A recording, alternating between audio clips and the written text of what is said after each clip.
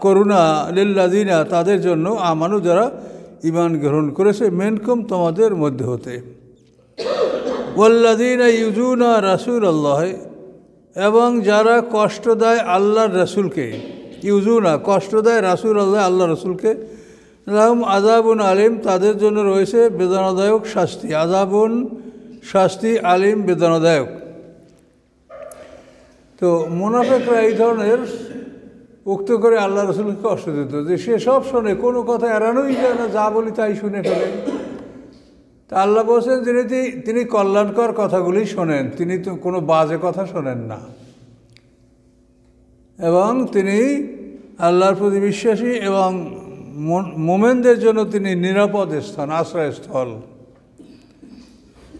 অমান দাখালেও কানা আমেনা আসে না কাবা ঘরের সম্বন্ধে বলছেন যে কাবা ঘরে প্রবেশ করে নিরাপদ হবে তো ওই আমেনা অর্থ নিরাপদের এখানে ইউমিনু এবং তিনি নিরাপদ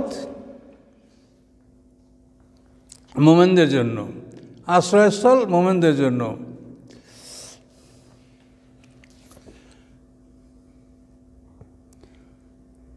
আচ্ছা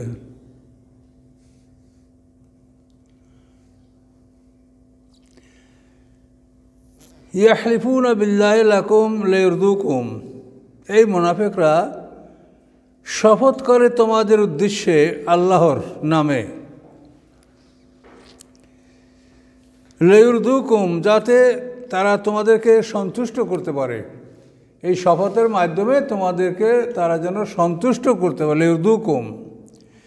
আল্লাহ বলেন আল্লাহু ওয়া রাসূলুহু হাক্কু আয়ারদুহু আল্লাহ এবং তার রাসূল অধিকার রাখেন আল্লাহ এবং তার রাসূল অনেক অধিকার রাখেন অনেক যোগ্য যে আয়ারদুহু যে তারা আল্লাহ এবং তার রাসূলকে সন্তুষ্ট করবে আল্লাহ এবং তার রাসূলকে সন্তুষ্ট করবে ইন কানু মুমিনিন যদি তারা হয় ঈমানদার। আলাম ইয়ালামু তারা কি জানে না আন্নাহু মাইয়ুহাদিদিল্লাহ নিশ্চয়ই যারা বিরোধিতা করে হাদ্দামের বিরোধিতা করা মাইয়ুহাদিদিল্লাহ যারা বিরোধিতা করে আল্লাহর ও রাসূল এবং তার রাসূলের ফাইন্না লাহু নিশ্চয়ই তার জন্য নারা জাহান্নামের আগুন খালেদান ফিহা অনন্তকাল থাকবে সে ওই আগুনের মধ্যে জালিকাল খিজুল আজিম এটা হচ্ছে অপমান আজিম বড় ধরনের অপমান। মুনাফিক সম্পর্কে আপনারা জানেন যে 4টে স্বভাব যাদের মধ্যে পাওয়া যাবে তারা মুনাফিক।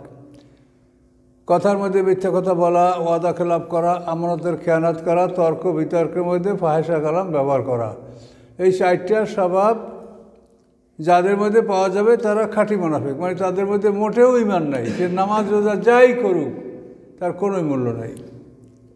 4টে স্বভাব কি ইজা হাদ্দাসা কাদাবা আল্লাহ রাসূল বলেন ইজা হাদ্দাসা কাদাবা কথা বললে সে মিথ্যা বলবে ওয়াইজা আহাদা গাদারা সে মানুষের ওয়াদা করলে ওয়াদা খেলাপ করবে ওয়াইজা উতুমেনা খানা তার কাছে কোনো আমানত রাখলে সে আমানতের খেয়ানত করবে ওয়াইজা খাসামা ফাজারা এবং যখন সে তর্ক করবে তখন সে অশ্লীল কথা বলবে ভদ্রতা সহকারে যুক্তি সহকারে কথা বলবে না অশ্লীল কথা খারাপ কথা বলবে। যাদের জ্ঞান নাই তারা রাগ করা খারাপ কথা বলা ছাড়া তো উভয় কিছু নাই কি বলবে আর। কাজে এই মুনাফিকের ব্যাপারটা সতর্ক থাকবেন। আল্লাহ কিন্তু সারা কোরআনের মধ্যে মুনাফিক সম্পর্কে বারবার আল্লাহ বলেছেন। কাজে এই স্বভাব যেন আমাদের মধ্যে না থাকে আমরা যেন সম্পূর্ণ সত্যবাদী হতে পারি। আল্লাহ বলছেন কুনুমা সাদিকিন এই সূরায় পাবেন সামনে কুনুমা সাদিকিনের ঘটনা দেখেন ইয়াহজারুল মুনাফিকুনা আন তুনাজ্জালা আলাইহিম সূরা ইয়াহজারু মানে ভয় করে মুনাফিকুনা মুনাফিকরা ভয় করে যে আন তুনাজ্জালা আলাইহিম সূরাতুন যে অবতীর্ণ হবে তাদের উপরে একটা সূরা তাদের উপরে তাদের সম্বন্ধে একটা সূরা নাজির হবে তুনাব্বিহুম বিমা ফি কুলুবিহিম যেই সূরাটি খবর দিবে তাদেরকে ওই সব কিছু যা তাদের অন্তরে আছে তাদের মনের মধ্যে যে হিংসা বিদ্বেষ লুকিয়ে আছে রাসূলের প্রতি শত্রুতা যে লুকিয়ে আছে ওই সূরাটা তাদেরকে সব এই খবরগুলি বাতলি দেবে। এই ভয় মুনাফিকদের অন্তরে বিরাজ করতেছিল। তার মূল কারণ হলো যে আব্দুল্লাহ ইবনে উবাই হলো মুনাফিকদের সর্দার। আল্লাহ রসুল মদিনা হিজরতের আগে তার ব্যাপারেই সবাই একমত হয়েছিল যে সে মদিনার গভর্নর হবে, তার কথা অনুযায়ী আমরা চলবো, আমরা আর আপোষে যুদ্ধ মারামারি করব না। কিন্তু তার ভাগ্য খারাপ, ইতিমধ্যে আল্লাহ রসুল মদিনায় হিজরত করেন। হিজরত করার পরে তার রাজা হওয়া বন্ধ হয়ে গেল। তার জন্য মুকুট বানানো হয়েছিল, কোন দিন সে সিংহাসনে বসবে তার দিন ধার্য করা হয়েছিল। ইতিমধ্যে আল্লাহ রসুল মদিনায় হিজরত করার ফলে তার এই সব কার্যক্রম বন্ধ হয়ে গেল। সবাই আল্লাহ রসুলকে মদিনার গভর্নর নির্বাচন করলেন।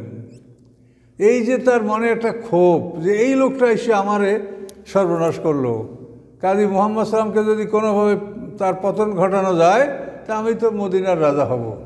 তো এই আব্দুল্লাহ উবাই মুনাফিক এবং তার যারা সঙ্গম, এ তো বড় নেতা মানুষ, ধনী মানুষ, এরা এই মুনাফিকি কাজগুলি করত। আল্লাহ বলেন মুনাফিকরা ইয়াহজারু ভয় করে মুনাফিকরা যে অবতীর্ণ হবে তুনাজ্জাল আলাইহিম সূরাতুন কোনো একটা সূরা, তুনাব্বিহুম যেই সূরা খবর দিবে তাদেরকে বেমা উহা সম্পর্কে ফি কুলুবিহিম যা তাদের মনের মধ্যে আছে। আল্লাহ বলেন কুলিস্তাহজিউ তোমরা ঠাট্টা করো, উপহাস করো, ইন্নাল্লাহ মুখরিজুম মা তাহজারুন নিশ্চয়ই আল্লাহ তাআলা বহিষ্কার করবেন মেম্মা উহা মুখরিজুম মা বহিষ্কার করবেন উহা মা তাহজারুন যা তোমরা ভয় করতেছো। তোমরা ভয় করতেছো তোমাদের গোপন বিষয়টা প্রকাশ হয়ে যায় নাকি, কিন্তু আল্লাহ ওটা প্রকাশ করবে ইনশাআল্লাহ। এই মুনাফিকদের ব্যাপারে এই সূরাটায় অন্তত 80 জন মুনাফিকের নাম উল্লেখ করে আয়াত নাজেল হয়েছিল, কিন্তু আল্লাহ তাআলা সেগুলো রহিত করে দিয়েছেন, মানসুখ করে দিয়েছেন। তার কারণ এই প্রত্যেক মুনাফিকেরই ছেলেরা ছিল খাঁটি ইমানদার। এখন এদের বাবার নাম যদি কোরআনে থাকে মুনাফিক হিসাবে, তাহলে সমাজে তারা লজ্জিত হবে। তা আল্লাহ তাআলা এর থেকে রক্ষা করার জন্য এই নামগুলি আবার রহিত করে দিয়েছেন, মানসুখ করে দিয়েছেন, মানসুখ ভুলিয়ে দিয়েছেন। নানসাক মিন আয়াতিন নুনসিহা, বিষয় কিন্তু দুইটা, একটা হলো মানসুখ মানে রহিত, আর একটা হলো ভুলিয়ে দেওয়া। নাজেল হয়েছিল সাহাবীরা নামাজে দাঁড়াইছে, অমুক সূরাটা পড়বে, আর নাই, পড়তেই পারে না, কিচ্ছু মনে নাই। আল্লাহ রসুলকে বসে এটা কেন হলো? তা আল্লাহ রসুল বসেন যে ওটা আল্লাহ ভুলে দিয়েছেন তোমাদেরকে তুলে নিয়েছেন। আর নাসেক মানসুকগুলো তুলে নেওয়া হয় না, ওগুলো থাকে। না থাকলে আপনি বুঝবেন কেমনে কোনটা নাসেক কোনটা মানসুক? নাসেক মানে রহিতকারী আর মানসুক মানে রহিত। কাজে এই আয়াতগুলি যদি না থাকে কোরআনে তা আপনারা বুঝতে পারবেন না। তো এই সম্পর্কে আল্লাহ কঠিন হুঁশিয়ারি দিয়েছেন। কেউ যদি মনে করে যে আল্লাহ তো সবই জানে, তাহলে আবার নাসেক মানসুক কী দরকার, এখন এক কথা বলছেন আবার পরে পাল্টাবেন, তো আল্লাহ তো সবই জানেন। সেইখানে আল্লাহ ধমক দিয়েছেন, আলাম তাআলাম আন্নাল্লাহ আলা কুল্লি শাইইন কাদির। ওই আয়াতের সামনের অংশ এটাই, যে তোমরা কি জানো না আল্লাহ তাআলা সব কিছুর ক্ষমতাবান। কাজে এটা তার ক্ষমতা, এটা তার ইচ্ছা, তিনি এই বলেছেন। এখন কে তোমরা আত্মসমর্পণ করো সে মুসলমান, আর যে প্রশ্ন তুলবা সে ইসলামের থেকে বাইর হয়ে যাও, সে অভিশপ্ত। কাজে কোরআনের যে বিষয়গুলি আপনার কাছে মনে হয় যেন এটা আমার না হলে ভালো হইতো বা এটা বিবেক বিরোধী, সেই সময় আপনি আত্মসমর্পণ করবেন যে আল্লাহ যা বলছে আমি তার উপর আত্মসমর্পণ করলাম। এই আত্মসমর্পণ যদি না করতে পারেন তাহলে দিন থেকে খারিজ হয়ে যাবেন। আপনি আল্লাহর সাথে চ্যালেঞ্জ করছেন, আল্লাহর ভুল ধরছেন। এই জন্য ওই ডাক্তার সাহেবের কথা বারবার মনে করাই দিই যে উনি আল্লাহর ভুল ধরে খালি, এটা না হলে আল্লাহ ন্যায় বিচারক হবেন না। এটা কোনো মোমেন্ট বলতে পারে আল্লাহকে? কথাটা বুঝতে পারছেন কি বলছে উনি? যে আল্লাহ তাআলা প্রথম যারা ইসলাম গ্রহণ করছে তারা তো মদ খাইতে থেকেছে। তো এখন এই মদ খাওয়ার পরে তাদেরকে প্রথম বছর লা তাকরাবু সলাতা আনতুম সুকারা, যে নেশাগ্রস্ত অবস্থায় তোমরা নামাজে এসো না। তখন সাহাবীরা হিসাব করিয়া মদ খাইতো যে কোন সময় এই নেশাটা কেটে যাবে, নামাজের সময় যেন নেশাটা না থাকে, এই হিসাব করে যে আল্লাহ বলছে যে নেশা অবস্থায় নামাজে যেও না। এই তারপরে আয়াত নাযিল হয়েছে যেটা উপকার আছে ক্ষতি আছে, উপকার আছে ক্ষতি বেশি।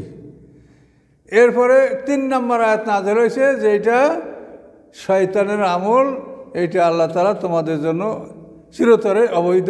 ইন্নামাল খামরু ওয়াল মাইসিরু ওয়াল আনসাবু ওয়াল আজলামু রিজজুম মিন আমালিশ শাইতান, এটা অপবিত্র এবং শয়তানের কাজ।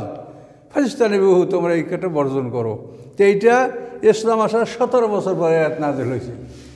এখন ডাক্তার সাহেব বলেন যে আল্লাহ তো ন্যায় বিচারক, কাজে প্রথম ইসলাম গ্রহণ করিয়া 17 বছর তারা মদ খাওয়ার সুযোগ পাইছে, এখন যারা ইসলাম গ্রহণ করবে তাদেরকে যদি 17 বছর মদ খাওয়ার সুযোগ না দেওয়া হয় তো এটা আল্লাহ ন্যায় বিচারক হবেন না। উনি কত বড় বুদ্ধি! এটি গরু, এটি মানুষে বলতে পারে এই কথা? তাই যদি হয় তাহলে আপনি বলেন যে সুদের হারাম আয়াত নাযিল হয়েছে আল্লাহ এন থেকে মাত্র 2 বছর আগে, তাহলে 21 বছর সুদ খাইছে। তাহলে আপনি কথাও বলেন যে এখন যারা মুসলমান হবে তারা 21 বছর সুদ খাওয়ার পরে সুদ ত্যাগ করবে। তাহলে আপনি বলেন এখন যারা মুসলমান হয়েছে তারা 5 ওয়াক্ত নামাজ পড়বে না, যেহেতু প্রথম মুসলমানরা তো 5 ওয়াক্ত পড়ে নাই, পড়ছে ফজর আর মাগরিবের 2 ওয়াক্ত, তারপর মিরাজের সময় পড়ছে 5 ওয়াক্ত, হিজরতের পরে পড়ছে 17 রাকাত।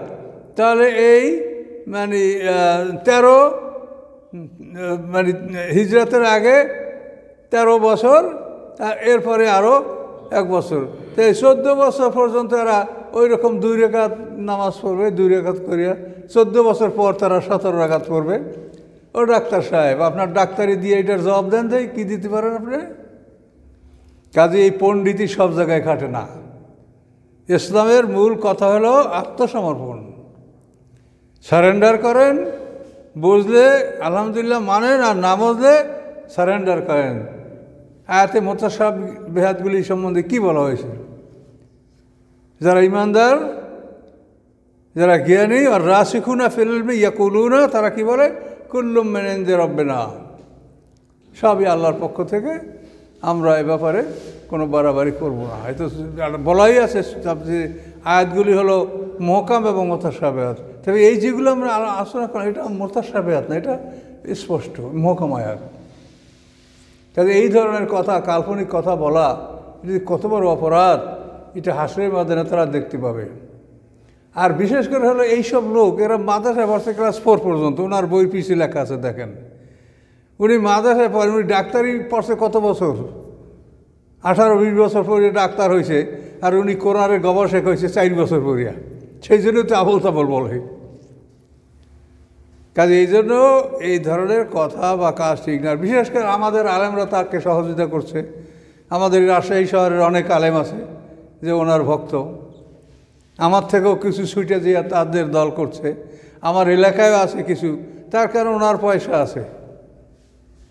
কথা বুঝতে পারছেন? কাজে এই যে দুনিয়ার অবস্থাটা আল্লাহ দেখেন, আপনারা মনে করেন কথাগুলা যে আল্লাহ তাআলা আলেমদেরকে বলছে হাঁপানো কুকুর, এটা কিন্তু আলেম ছাড়া অন্য কাউকে বলে নাই। বলছে ফামাসালহু কামাসালিল কালবে কামাসালিল কালবে তাহমিল আলাইহি ইয়ালহাস আও তাতরুকহু ইয়ালহাস, যে এমন কুকুর যে তার উপরে বোঝা চাপাইলেও হাঁপায় আর বোঝা না চাপাইলেও হাঁপায়। এই হাঁপানো কুকুর আলেমদেরকে বলা হয়েছে। আল্লাহর আগে আয়াতে বলেছেন ওয়ালাউ নাশাউ লারাফানাহু বিহা, আমি ইচ্ছা করলে এই ইলমের মাধ্যমে তাকে আমি উঁচু করতে পারতাম, অর্থাৎ তাকে আমি মর্যাদা দান করতে পারতাম এই ইলমের মাধ্যমে। এটা আল্লাহ পারে। একজন আলেম যে হয় সঠিক আলেম, তারা দেশের সর্বশ্রেষ্ঠ জ্ঞানীরা তাকে সম্মান করে কিনা বলেন? তাহলে এই সম্মানের জন্য তো অন্য কিছু না, আল্লাহর দিন ছেড়ে দিয়ে কিছু করলে যে সম্মান লাভ করা যাবে এটা তো না। আল্লাহ বলছেন সম্মান আমি দিলে এটার মাধ্যমে আমি সম্মান দিতে পারি। আল্লাহ নাশাউ লারাফানাহু বিহা। কাজে এই জন্য আপনারা কোরআন পড়ছেন, বিষয়গুলি ভালো করে বুঝে নেন, এবং এই মুনাফিকের চরিত্রগুলি কোনো অবস্থায় যেন আমাদের মধ্যে না থাকে। কষ্ট করে জীবনযাপন করেন, মহা শান্তি পাবেন এবং মহাকাল পাবেন, অনন্তকাল আল্লাহ শান্তিতে রাখবে। এই সময়টা একটু মোমেনদের কষ্ট হবে। মোমেনদের শুধু চতুর্দিকে আঘাত খাইতে, আপনাকে আঘাত করবেই, এ তো কোরআনে দেখতেই পাচ্ছেন। কথা বলতে পারছেন? আল্লাহ রসুলের হাদিস, যে হাদিস মানার দরকার সেই হাদিস তো আমরা বুঝি। আল্লাহ রসুল বলেন, এমন এক ব্যক্তি যে তার সমস্ত আত্মীয় স্বজন তাকে পরীক্ষা মানে তার প্রশংসা করে, সবাই লোকজন তাকে ভালোবাসে, এইরকম যে লোকটা হবে ফালাম আন্নাহু মুদাহিনুন, জেনে রাখো এই লোকটা বাতিলের সাথে আপোষকারী। সবাই যাকে প্রশংসা করে, সবাই যাকে ভালোবাসে, এটা কাশ্যপ, তাফসিরে কাশ্যপের হাসে এই হাদিস আছে। আমি তো সরাসরি হাদিস পাই, আমি তাফসিরগুলো পড়ি এবং এই তাফসিরে ব্যাপক হাদিস আছে, এটা আর হাদিস আলাদাভাবে পড়ার দরকার। এই হাদিসটা কাশ্যপের মধ্যে আছে, এই হাদিসটা আমি যেটা বললাম। দেখেন আপনারা আলেমরা, যে ব্যক্তি তার আত্মীয় স্বজনের কাছে প্রশংসিত, পাড়া প্রতিবেশী সকলের কাছে প্রিয়পাত্র, আল্লাহ রসুল বলেন ফায়ালাম, জেনে রাখো আন্নাহু মুদাহিনুন, এই লোকটা কি বাতিলের সাথে আপোষকারী। ওই যে কোরআনে আছে না, ওয়াদ্দুলাউ তুদহিনু ফায়ুদহিনুন, তারা কামনা করে যে আপনি যদি ওদের সাথে আপোষ করেন তো ওরা আপনার সাথে আপোষ করবে। কিন্তু আল্লাহ কি বলছেন, ফাস্তাকিম কামা উমিরতা, আপনাকে যেভাবে আদেশ কাছে হইবে আপনি সোজা থাকেন। ফাস্তাকিম কামা উমিরতা ওমান তাবা মাক, এবং যারা আপনার সাথে তওবা করেছে, ফিরে এসেছে আল্লাহর দ্বীনের পথে, তারা সবাই আপনার সোজা থাকেন, একটুকু ঝুঁকবেন না। ওয়ালা তারকানু ইলাল্লাযিনা যালামু ফাতামাসসাকুমুন নার, আল্লাহ বলেন জালেমদের দিকে একটু যদি ঝোঁকেন তাহলে আগুন তোমাদেরকে স্পর্শ করবে। সরাসরি কোরআনে বলা, যে কোনো হাদিসও না, তাফসিরও না। একটুকু ঝোঁকা যাবে না, সোজা থাকেন।